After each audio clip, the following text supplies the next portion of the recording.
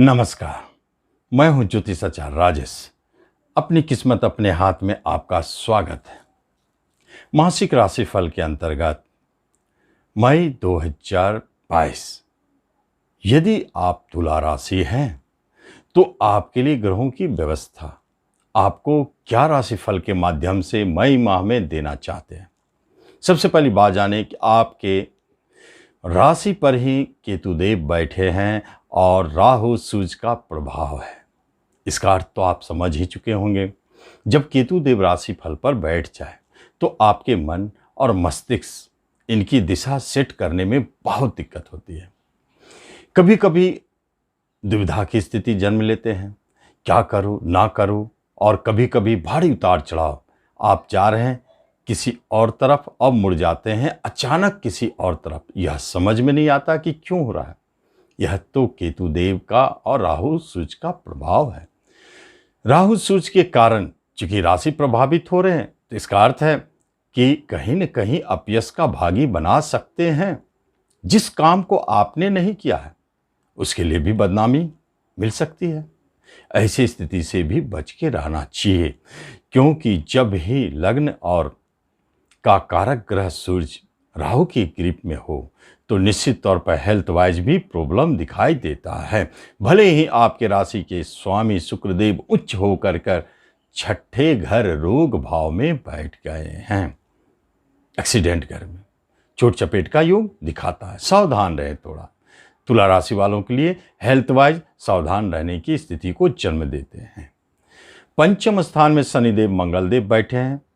शनिदेव बहुत खुशहाल स्थिति में है। मंगलदेव के कारण कुछ परेशानी जरूर है। और छठे घर शत्रु रोग ऋण घर में गुरुदेव और शुक्र दोनों बैठे हैं बहुत शक्तिशाली होकर के। गुरुदेव स्वगृही है और शुक्रदेव उच्च के हैं। बुधदेव अष्टम स्थान में बैठे हैं और सेवेंथ हाउस आपके शुभ कर्तृ योग में चले जाते हैं।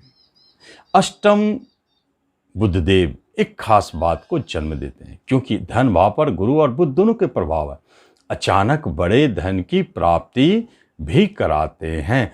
तुला राशि वालों के लिए धन संबंधित समस्याओं को खत्म करने वाले यह मई का महीना है। अचानक बड़े धन की प्राप्ति। कर्म रोजगार की यदि बात की जाए तो कर्म रोजगार में सामान्यतः ठीक चल रहे हैं।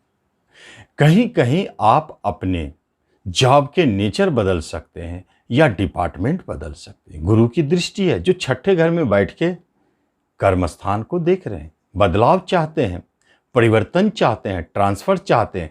दिशा तो शुभ है लेकिन उनके नेचर बदलेंगे। जैसे आप आईटी सेक्टर में है तो हो सकता है मैनेजमेंट में चले जाए, मैनेजमेंट में है तो हो सकता है कहीं और दूसरे प्रशासन में चले जाए। इस तरह का नेचर भी जॉब में बदलते हुए देखे जाएंगे। बहुत बड़े बदलाव का संकेत है। शुभता के क्षेत्र में प्रमोशन की प्राप्ति, ट्रांसफर मनचाहे जगह पर, इंक्रीमेंट की प्राप्ति कर्म क्षेत्र में दिखाई देता है। और जो खास तौर पर कंपटीशन के माध्यम से जॉब चाहता उनके लिए मई सबसे अच्छा, क्योंकि कंपटीशन घर में बैठकर ही गुरुदेव आपको कर्म को देख रहे हैं, जॉब देना चाहते हैं तो भला पीछे कैसे रहेंगे। प्रतियोगिता परीक्षा, कंपटीशन के माध्यम से जॉब प्रमोशन की प्राप्ति। यदि बिजनेस के स्थान को देखा जाए तो ग्रहण लगे हुए हैं। खास तौर पर 15 मई तक बिजनेस में ग्रहण ही ग्रहण। इसका अर्थ क्या है? बिजनेस को ग्रहण लगना मतलब आपके आमदनी स्लो हो जाना। आपके मुंह से निकल सकता है कि किसका नजर लग गया, मेरा धंधा चल नहीं रहा, मेरा बिजनेस पहले जैसा नहीं है। उतार चढ़ाव दिखाना शुरू कर देते हैं। कभी कभी मन करता है बंद करूं, कभी मन करता है बदल डालूं, कभी पार्टनरशिप तोड़ डालूं, कभी कभी नए पार्टनरशिप को शुरू करूं। कुछ भी मत ना करें। 15 मई तक तो कोई निर्णय ना ले, जैसा है चलने दे। बहुत परेशानी होती है तो आप एक काम कर सकते, इस ग्रहण को तोड़ने का उपाय करें और गाय को गुड़ रोटी खिलावे। शनिवार के दिन और रविवार के दिन, 2 दिन बहुत अच्छा प्रभाव है। उसके बाद शिक्षा एजुकेशन में अगर देखा जाए तो बहुत अच्छे स्थिति बने हैं और कुछ नहीं भी। कहीं कहीं ऐसे स्थिति को जन्म देते हैं जहां पर खास तौर पर 17 मई तक शिक्षा में उतार चढ़ाव दिख सकता है, परिवर्तन दिख सकता है, स्थान परिवर्तन भी दिख सकता है और कहीं कहीं बाधा प्रेम प्रसंग के कारण भी हो सकता है। विवाह के कारण भी शिक्षा में रुकावट बन सकते हैं। लेकिन 17 मई के बाद ये सारी स्थिति खत्म हो जाएंगे। उस शिक्षा की प्राप्ति, शिक्षा में मन लगेगा और शिक्षा के क्षेत्र में अच्छा करेंगे। यदि रिश्ते नातों की बात की जाए तो रिश्तेदारों से आपके बनाव बने हुए हैं। खास तौर पर छोटे भाई बहन परेशानी दे सकते हैं, बड़े भाई बहन कष्ट में है, आपको भी कष्ट पहुंचा सकते हैं। पिता की तरफ से परेशानी उतार चढ़ाव, माता की तरफ से थोड़ा शुभता।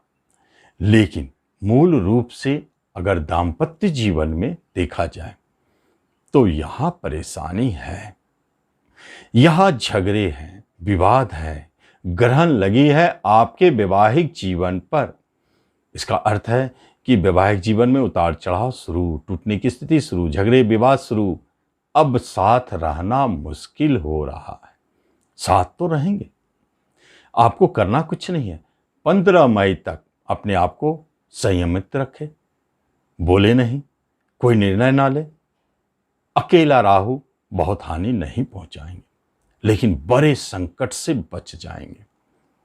जो विवाह के लिए प्रयासरत है, अभी विवाह के योग नहीं बने हैं, अगर कहीं बात चल रही है तो वह भी टलता हुआ दिखता है, संशय में है और टूटने के योग दिखते हैं। प्रेम प्रसंग मधुरमय भी है, अच्छी स्थिति में भी है।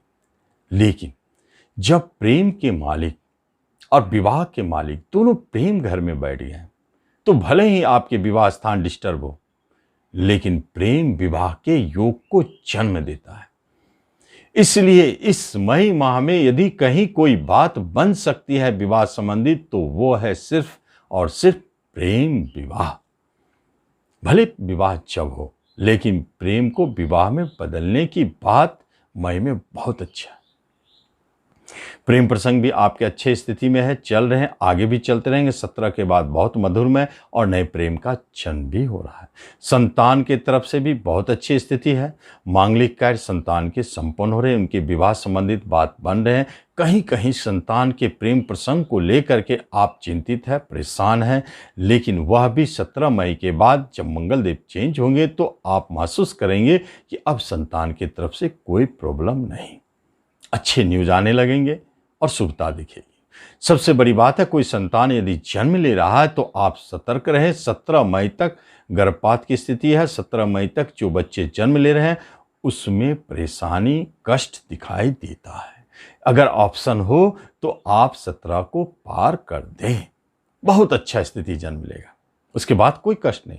अगर 17 से पहले कोई बच्चे जन्म लेते हैं और कष्ट में है तो आप याद रखें 17 के बाद उसे आप कोई कष्ट नहीं, वहां तक आपको इंतजार करना चाहिए और मेडिकल का सहारा लेना चाहिए। धन संपत्ति की बात होती है तो धन का फ्लो बहुत तेज है।